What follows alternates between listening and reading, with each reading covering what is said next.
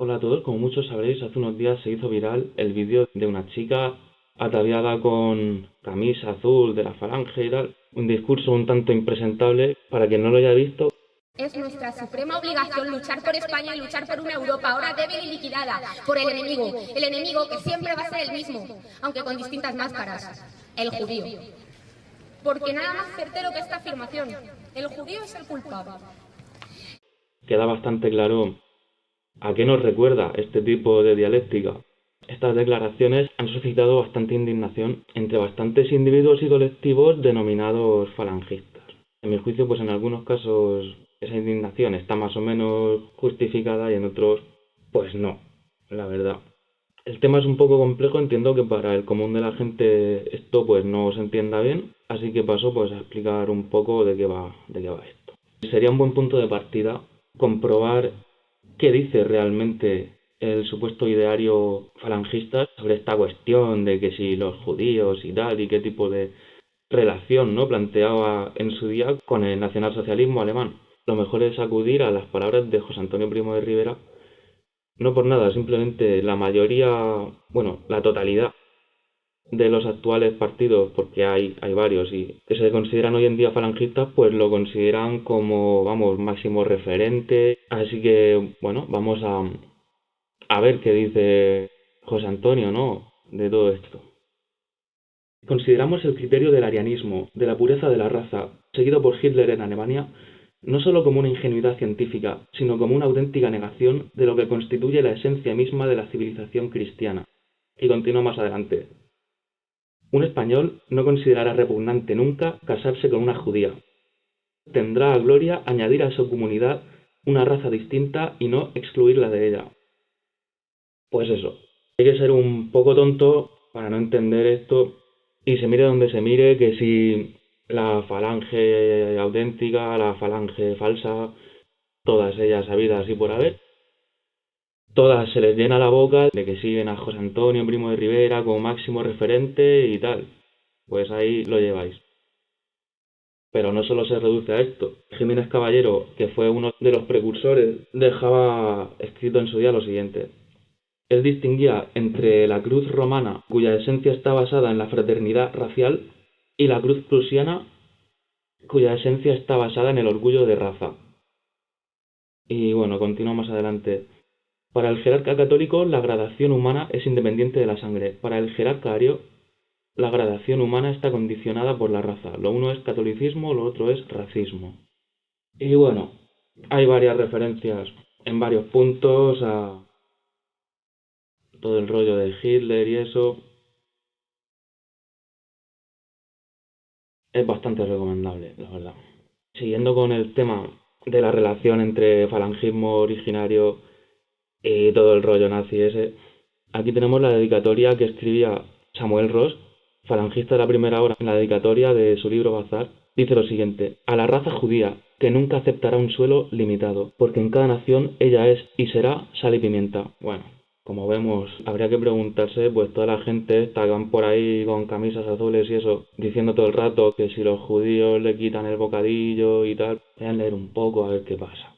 Hay un montón de referencias. En la posguerra española hubo una obra titulada Corona de sonetos en honor a José Antonio. Pues aquí en esta obra en la que participan varios poetas así del rollo y tal, hay un poema de Eugenio d'Ors que está basado en un fragmento del Génesis, bastante hebreo eso del Génesis, ¿no? En el que Jacob lucha con un ángel y al final, cito de memoria el fragmento bíblico, el ángel se rinde y eso le dice: ya no serás Jacob, sino Israel, porque has luchado con Dios y con los hombres y has vencido. Bueno, pues reteniendo estas palabras, vemos que el poema en cuestión se llama José Antonio lucha con su ángel.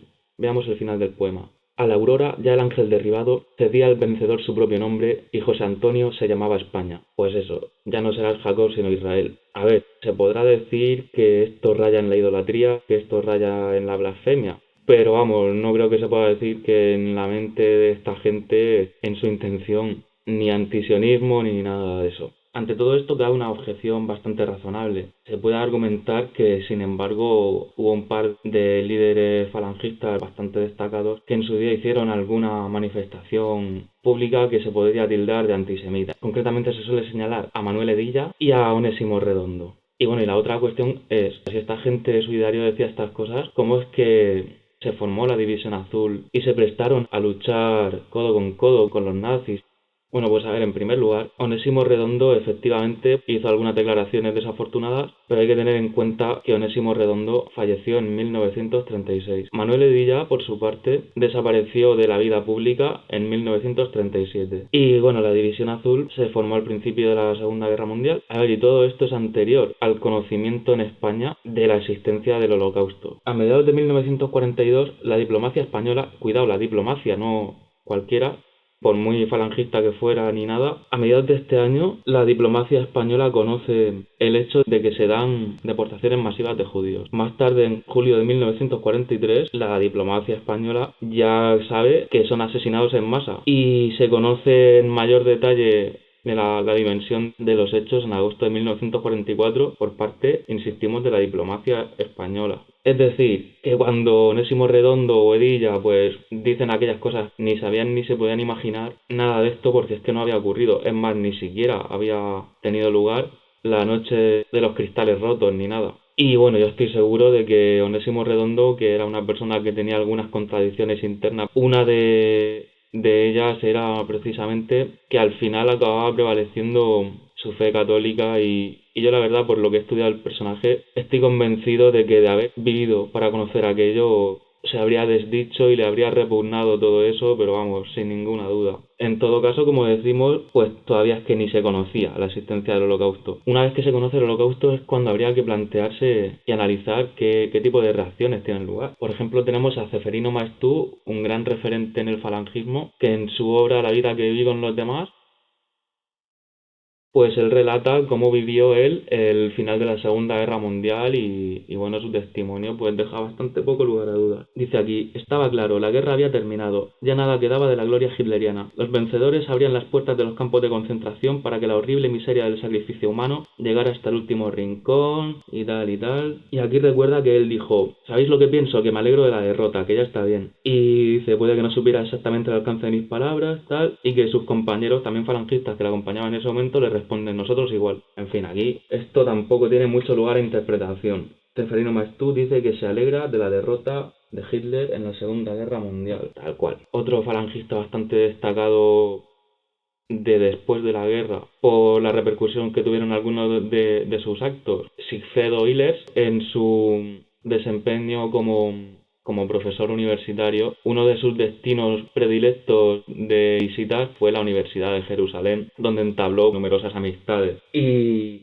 en muchas ocasiones en sus clases él se refería a estas estancias en Israel. Aquí, por ejemplo, encontrado un texto suyo hablando de unos descubrimientos arqueológicos. Una noticia sobre los recientes hallazgos de un equipo de eminentes arqueólogos judíos de la Universidad de Jerusalén. Y perdón por la redundancia, al hablar de científicos de la Universidad de Jerusalén ya se supone que son eminentes. Por mi experiencia en Israel, y más concretamente en las universidades de Tel Aviv y Jerusalén, puedo afirmar que allí el más tonto sabe hacer relojes. Respecto a la División Azul, hay ríos de tinta, una vastísima bibliografía al respecto que deja bien claro que aparte de que no se conocía ni Holocausto ni nada, pues las motivaciones de esta gente eran bien otras. En todo caso, era el puro y duro anticomunismo, hablando en plata. Y esta gente, estos españoles que llegaban pues a estas tierras rusas sin tener ni idea previamente de lo que pasaba allí, se quedaban flipando con lo que veían y en muchos casos pues se solidarizaban con los judíos viendo las locuras que veían allí y bueno, pues los protegían. En algún caso se sabe que hubo divisionarios españoles que fueron fusilados por salvar a judíos. Hay un montón de testimonios de los propios divisionarios que fueron allí y también hay un testimonio bastante ilustrativo de un judío hablando de cómo fue su trato con los divisionarios españoles, que ha sido editado bajo este título. Como muestra, pues podemos ver aquí El ejército español fue como una luz brillante en nuestros días sombríos y un consuelo durante nuestras noches tristes y sombrías, un oasis brillante en una isla de lágrimas. He escrito esto por Moshe Berkovich. Evidentemente que seguro habría algún divisionario español que fuera un cabrón o lo que sea, seguramente sí, pero en fin, viendo este libro pues puedes ver un montón de ejemplos de todo lo contrario. Y bueno, pues también cabría preguntarse las hermandades actualmente existentes de la División Azul, ¿qué tienen que decir al respecto de este acto? Tenemos una declaración de la Hermandad de la División Azul de Albacete, por ejemplo, en el que dice: ante las noticias aparecidas recientemente en los medios de comunicación sobre un acto de homenaje a la División Azul celebrado en Madrid, la Hermandad de la División Azul de Albacete quiere manifestar tal. El acto mencionado en los medios de comunicación no ha sido organizado por ninguna hermandad de la División Azul. Y continúa: la División Azul no fue a Rusia a luchar contra ninguna raza o pueblo, ni siquiera contra el pueblo ruso, fue a luchar contra el comunismo. Y por tanto, decir que el enemigo de la División Azul es el judío, como se afirmó en ese acto, no es cierto. La lucha de la División Azul fue contra el comunismo y no contra nadie más.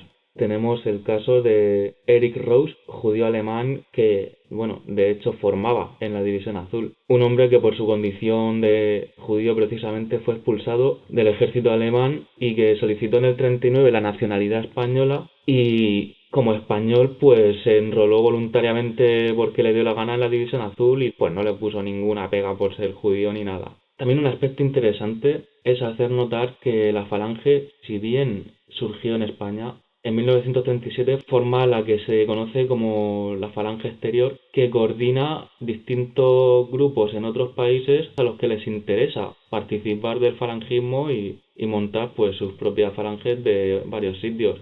En Sudamérica pues se fundaron muchas de ellas siguen existiendo actualmente. Y ante esta realidad pues cabría preguntarse, en caso de que hubiera habido alguna falange en Oriente Medio, ¿cuál habría sido su posición ante los hebreos? Pues el caso es que la hubo y la hay, la falange libanesa, y la falange libanesa, guste más o guste menos, es 100% pro-Israel tal cual. O sea, aquí no hay duda, es totalmente pro-Israel.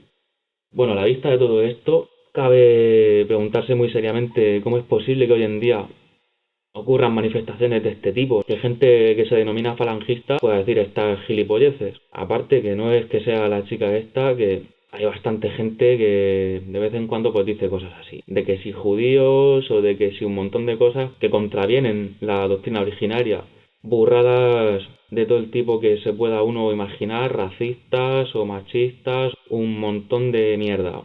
Pues esto se debe a una doble confusión que empezó primero a raíz del llamado movimiento nacional, del franquismo y eso, que fue el primero que usurpó el nombre de Falange, que no le pertenecía. Falange Española surge antes de la guerra y por supuesto antes que el franquismo, por razones obvias de cronología. Y la segunda confusión viene motivada por una pluralidad de partidos políticos que todos ellos, desde la ley de partidos, después de la muerte de Franco, que abre la puerta al reinicio del juego político en España, pues surgen un montón de partidos distintos que pretenden ser los dignos depositarios y continuadores del nombre Falange Española. Hoy en día pues exactamente igual, tampoco hoy en día hay una única falange. Cuando la gente dice la falange esto o lo otro, hay que tener muy en cuenta que existen varios partidos que se denominan falange y que todos ellos coinciden e insisten en que son dignos seguidores de la doctrina de José Antonio Primo de Rivera. Y entre estos partidos pues la realidad es que unos son consecuentes con dicha doctrina y otros pues no lo son.